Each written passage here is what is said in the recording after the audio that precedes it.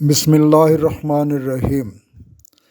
حضرت احنف بن قیس روایت کرتے ہیں کہ ایک غزوہ سے واپسی پر وہ اپنے ساتھیوں کے ہمراہ امیر المومنین حضرت عمر کو فتح کی خوشخبری دے رہے تھے کہ اچانک انہوں نے پوچھ لیا کہ تم لوگ واپس آ کر کہاں ٹھہرے ہو؟ ہم نے بتایا تو کہنے لگے کہ مجھے وہاں لے چلو۔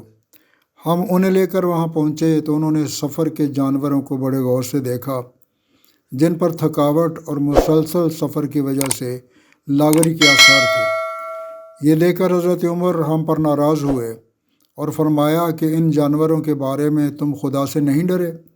تم نے انہیں مسلسل سفر کی حالت میں رکھا اور ان سے کسی وقت سامان بھی نہیں اتارا کہ وہ آزادی کے ساتھ گھاس وغیرہ چر سکیں۔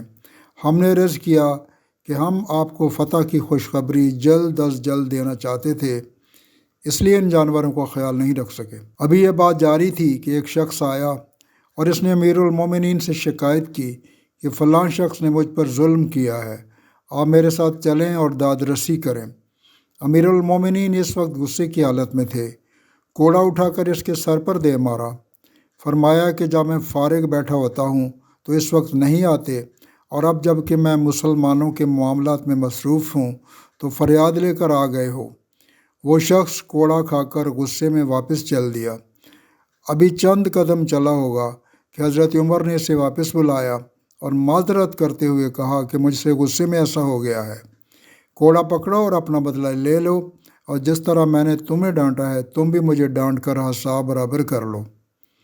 اس نے کہا، امیر المومنین، میں نے اللہ تعالیٰ کے لیے اور آپ کی وجہ سے بدلہ چھوڑ دیا۔ حضرت عمر نے فرمایا کہ اگر میری وجہ سے چھوڑتے ہو تو یہ معافی نہیں ہے۔ اس نے کہا کہ نہیں، میں نے صرف اللہ تعالیٰ کی رضا کے لیے آپ کو معاف کر دیا۔ احنف بن قیس کہتے ہیں کہ اس کے بعد امیر المومنین اپنے گھر روانہ ہوئے، ہم بھی ساتھ چل دیے۔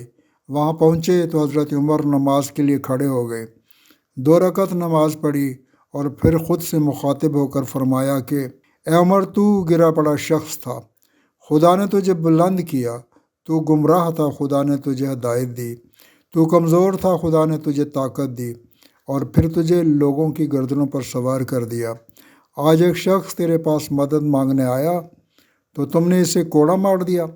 اے عمر، کل جب تو خدا تعالیٰ کے حضور پیش ہوگا تو کیا جواب دے گا اور اپنے اس عمل کی کیا صفائی پیش کرے گا؟